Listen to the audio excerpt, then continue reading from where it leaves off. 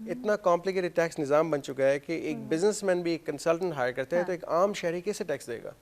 وی box system کے اوپر اس کی اورینٹیشن کوئی نہیں ہے، نہ اس کا اویئرنیس ہے کہ اگر ہم ٹیکس سسٹم میں آتے ہیں ہمیں بینیفٹس کیا ہوں گے. آپ عوام کو بینیفٹس تو بتائیں آج تک. تو یہ ایک بہت بڑا گیپ ہے، ایک بہت بڑا ڈسکنیکٹ ہے، اس کو برج کرنے کی ضرورت ہے. اور ساتھ ساتھ policy and economic and structural reforms are required in collaboration with the stakeholders, جو کہ ہم ہیں، جو بزنس کمیونٹی آف پاکستان ہے. ایگزیکٹلی. تو اس وقت ہم جس طرح سے یوتھ کی بھی بات کریں، کیونکہ صورتحال آپ کے بھی سامنے، یہ برین ڈرین کا جو ایک سلسلہ ہمیں دکھائی دے رہا ہے، تو اس کو ہم روک سکتے ہیں؟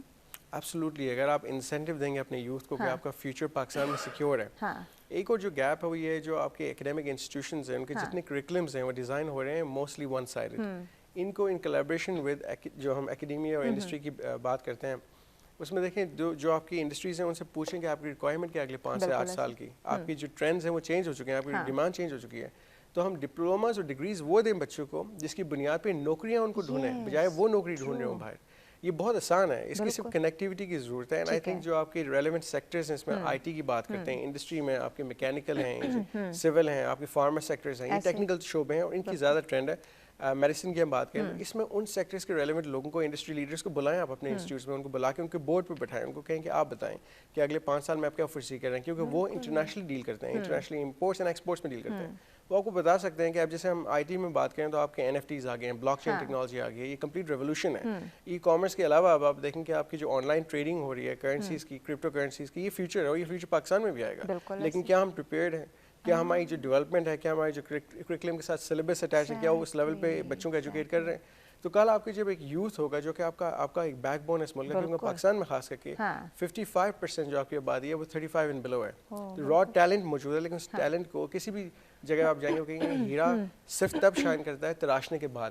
تو یہ سارے ہیرے آپ کے پاس پاکستان میں، ان کو تراشنے کے لیے ہمیں کلیکٹیولی انڈسٹری سے اور اکیڈمک انسٹیٹیوشن کی طرف سے ایفرٹ کرنی پڑے گی اور یہ برج قائم کرنا پڑے گا ان کے لیے. کریٹ کاؤنسلنگ ان کو دینی پڑے گی. سردار یاسر الیاس خان صاحب، آپ سے جاننا چاہیں گے کہ ایک تو سیلاب کی جو موجودہ صورتحال ہے، اس کا ہماری معیشت پہ، ہماری انڈسٹری پہ کیا اثر پڑا ہے، اس پہ تھوڑی روشنی ڈالیے. اور اس کے ساتھ ساتھ یہ جو بدلتی حکومتیں ہیں، اس کے کیا اثرات مرتب ہوتے ہیں ہماری یہ جو معیشت ہے، معاشی صورتحال ہے؟ جو سب سے بڑا آئی تھنک کنسرن ہے سیلاب کے ساتھ، وہ شارٹ فال ہوگا ہماری جو پروڈکشن ہے.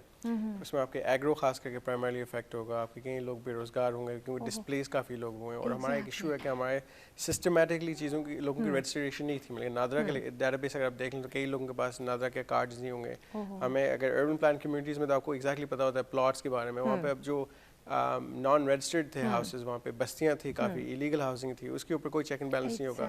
تو آپ ان لوگوں کے تک کیسے پہنچائیں گے اگر آپ نے کوئی ان کو کمپنسیشن دینی ہے؟ اس میں جو آج آپ دیکھ رہے ہیں پچھلے آلموسٹ 2 ویک سے آپ کی ٹماٹر کی، پیاز کی، آلو کی پرائسز آلریڈی اوپر جا چکی ہیں. انفلیشن موجودہ حالات میں آلریڈی 40% ٹچ کر رہا ہے. آفیشلی آپ کو گورنمنٹ فگرز دیتی ہے کہ 25% کے قریب ہے. میں آپ کو انآفیشلی بتا رہا ہوں کہ 40% کے قریب ہم پہنچ چکے ہیں. جو اس میں کنسرن میرا ہے primarily with regards to moving forward کہ ہمارے آگے نیکسٹ لائن عمل کیا ہونا چاہیے. Again industrial set up, industrialisation کی طرف جب تک آپ نہیں جائیں گے، آپ کے یہاں پہ جو ایج ہے پاکستان کے پاس وہ ہے کاسٹ آف پروڈکشن یہاں پہ کم ہونی چاہیے، کیونکہ جو کاسٹ آف لیبر وہ کم ہے. اگر باقی ممالک سے آپ کمپیئر کر لیں، آپ بنگلہ دیش سے، چائنا سے، انڈیا سے زیادہ سستا ہیں، لیکن اس کا بینیفٹ ہم نہیں ارن کر پا رہے کیونکہ جو ان پٹ کاسٹ ہے ریگارڈنگ یوٹیلیٹیز وہ زیادہ ہے. ساتھ ساتھ انڈسٹری میں ہم لوگوں کو انسینٹیوائز نہیں کر پا رہے. دیکھیں آپ اگر ابھی قطر کی بات کر رہے تھے کہ وہاں سے 3 بلین آئے گا، آپ قطر سے 20 بلین بھی لے سکتے ہیں. قطر کے پاس ان کی جو انویسٹمنٹ اتھارٹی ہے، ان کے پاس $400 billion at any given time ان کے ڈسکریشن پہ ہوتا ہے کہ وہ انویسٹمنٹ کر سکتے ہیں ورلڈ وائڈ. یہ کنسورشنز ہوتے ہیں فنڈس کے، چاہے ان کی رائل فیملی کے ہوں یا ان کی ڈفرنٹ کمپنیز ہیں. سعودیہ کے پاس بھی ایسی ایک کمپنی ہے جو کہ خود Mohammed bin Salman his highness is heading it. میں یہ سمجھ رہا ہوں کہ آپ کے پاس 71 انڈسٹریل اسٹیٹس ہیں، آپ کے پاس 22 SEZs موجود ہیں. آپ ان کو کہیں کہ ہم آپ کو 10 سال کا ٹیکس ہالیڈے دے دیں گے، ہم آپ کو 20 سال کی انسٹالمنٹ پلان دیتے ہیں آن لینڈ، اور آپ کو خاص کر کے جو SEZ کا فارمیٹ ہوتا ہے کہ پلان مشینری کے اوپر آپ کو کوئی ڈیوٹی نہیں لگائیں گے. ان کو جب انسینٹیو دیں گے تو وہ 10 سے 20 سے 30 سے 40 سے 50 بلین کے قریب یہاں پہ انویسٹمنٹ لائیں گے. تب بھی آپ کی انڈسٹری اس لیول پہ سیٹ اپ ہوگی. جیسے ڈاکٹر صاحب نے فرمایا کہ کمپلیٹ ایکو سسٹم ہوتا ہے. جیسے ریئل اسٹیٹ کی آپ بات کریں تو ہمارے ساتھ 50 سے 60 الائڈ سیکٹرز کام کرتے ہیں، انڈسٹریز کام کرتی ہیں. اس میں آپ کو اسٹیل ہے، سیمنٹ ہے، گلاس ہے. اب کئی چیزیں پاکستان میں نہیں بن رہی، لہٰذا ہمارے پاس کوئی چوائس نہیں ہے، ہمیں مجبوراً امپورٹ کرنی پڑتی ہیں، ہمیں ایکسٹرا کاسٹ پے کرنی پڑتی ہے. پاکستان کی کیپیسٹی اس لیول پہ ہے کہ ہم سالانہ کم از کم 200 سے 300 بلین ڈالرز جنریٹ کر سکتے ہیں, ایکسپورٹ کر سکتے ہیں. اس میں ایگرو کی ہم بات کرتے ہیں, ہم ٹیکسٹائل کی بات کرتے ہیں, جیمز جیولری کی بات کرتے ہیں. حال ہی ہمارے handy craft association of Pakistan نے ایک ایونٹ کیا تھا, اس میں ہمیں یہ پتہ چلا کہ 600 بلین ڈالر کی سالانہ مارکیٹ ہے ہینڈی کرافٹ. پاکستان کا کتنا شیئر ہے اس میں, اور یہ 1.1 ٹریلین تک گرو کر رہی ہے گلوبلی. تو ہم ان سیکٹرز کو ٹیپ ہی نہیں کر رہے جو ہمارا کمپیٹیٹیو ایج ہے. پاکستان جیسی شالز یا پاکستان جیسا لیدر یا جو ہم بناتے ہیں یہاں پہ, جتنے آرٹس اینڈ کرافٹس کا کام ہو رہا ہے یہاں پہ, یہ کہاں پہ کتنے ممالک میں ہوتا ہے اس طرح سے. تو ہمارے پاس ہم بلیسڈ ہیں ہر لحاظ سے, نیچرل ریسورسز بہت ہیں. جیمز جیولری میں 30 بلین ڈالر آپ لوگ سالانہ ایکسپورٹ کر سکتے ہیں. تو ہمیں اس طرف آنا پڑے گا اگر آپ ریئلی ریولیوشن دیکھنا چاہتے ہیں, چینج دیکھنا چاہتے ہیں. اسی فارم سے میں ایک چیز بہت بیسک مینشن کرنا چاہوں گا, پالیسی. دیکھیں اگر آپ اپنے آپ کو پاکستان کو کمپیئر کریں باقی ممالک سے, تو میں یو ایس کی ایگزامپل لیتا ہوں کہ نیو یارک میں آپ کی جو ہائی رائز ٹاورز بنی تھی, آپ کی روزویلٹ ہوٹل ہے, آپ کی امپائر اسٹیٹ بلڈنگ ہے, پرانا ورلڈ ٹریڈ سینٹر تھا, ساری ٹاورز 1900s کی بنی ہوئی ہیں اور ساری 100+ سٹوریز ہیں. آج تک 100 سال بعد بھی پاکستان میں ہائی رائز کیوں نہیں بن سکی ہے؟ پیسہ یہاں پہ بھی موجود ہے, 400-500 ملین ڈالرز کے تو یہاں پہ پروجیکٹ ہو رہے ہیں, لیکن فرق صرف یہ ہے کہ یہاں پہ پالیسی نہیں دی گئی. فارمر پرائم منسٹر صاحب نے کہا تھا کہ آپ ہائی رائز بنائیں, آج تک کسی ادارے میں ہائی رائز کے بائی لاز نہیں بنے ہوئے, تو آپ کیسے بنائیں گے ہائی رائز؟ پالیسی کی ضرورت ہے, اور اسی کی وجہ سے ہم ترقی نہیں کر پا رہے, آگے نہیں جا پا رہے, اور ہم دنیا کے ساتھ کمپیٹ نہیں کر پا رہے. ہم ہمارے لوگوں کو, پاکستانی عوام جو اتنے ماشاء اللہ ٹیلنٹڈ ہے, جس طرح آرٹ کرافٹ کی ہم نے بات کی, کاروبار کے لیے کس طرح سے ان کے لیے آسانیاں پیدا کریں تاکہ ہماری عام عوام, عام شہری جو ہے وہ اس طرف آئیں؟ لیکن سب سے پہلے تو ہمیں ایکسپورٹ پالیسی کے اوپر کام کرنے کی ضرورت ہے. ان لوگوں کو پروموٹ کریں. ٹریڈ فیئرس کی بیسک ریکوائرمنٹ ہے. پچھلے 3-4 سال یا پچھلے 5 سال سے میں نے کوئی ٹریڈ فیئر نہیں دیکھا پاکستان. ہم اگر جا کے پارٹیسپیٹ کرتے ہیں ایکسپوز میں, تو ہم خود اپنی کیپیسٹی میں پارٹیسپیٹ کرتے ہیں, اپنی مدد آپ کے طور پہ. گورنمنٹ جا کے روڈ شو کرے فار میڈ ان پاکستان, صرف میڈ ان پاکستان. ہم اگر 100 ممالک کے ساتھ ہیں, 180 کنٹریز سے مقابلہ نہیں کر سکتے نا. آپ ایکسکلوسیولی پاکستان کے وہاں پہ اسٹال رکھیں, پاکستان کا ایکسپو کریں, اس میں آپ دکھائیں کہ پاکستان کی آئی ٹی کیا بنا رہی ہے, آپ سافٹ ویئر ہارڈ ویئر دکھائیں, آپ ہینڈی کرافٹ کو دکھائیں, آپ وہاں پہ اپنی جیولری, جیمز, منرلز دکھائیں, آپ ایگرو کے اوپر اپنی بیسٹ ورائٹی لے کے جائیں ایک سیزن کی. آپ کی 200+ ورائٹیز ہیں مینگوز کی, تو آپ کے ایکسپو میں سارے آپ ڈسپلے کر کے دکھائیں کہ دس از دی مینگو انڈسٹری آف پاکستان.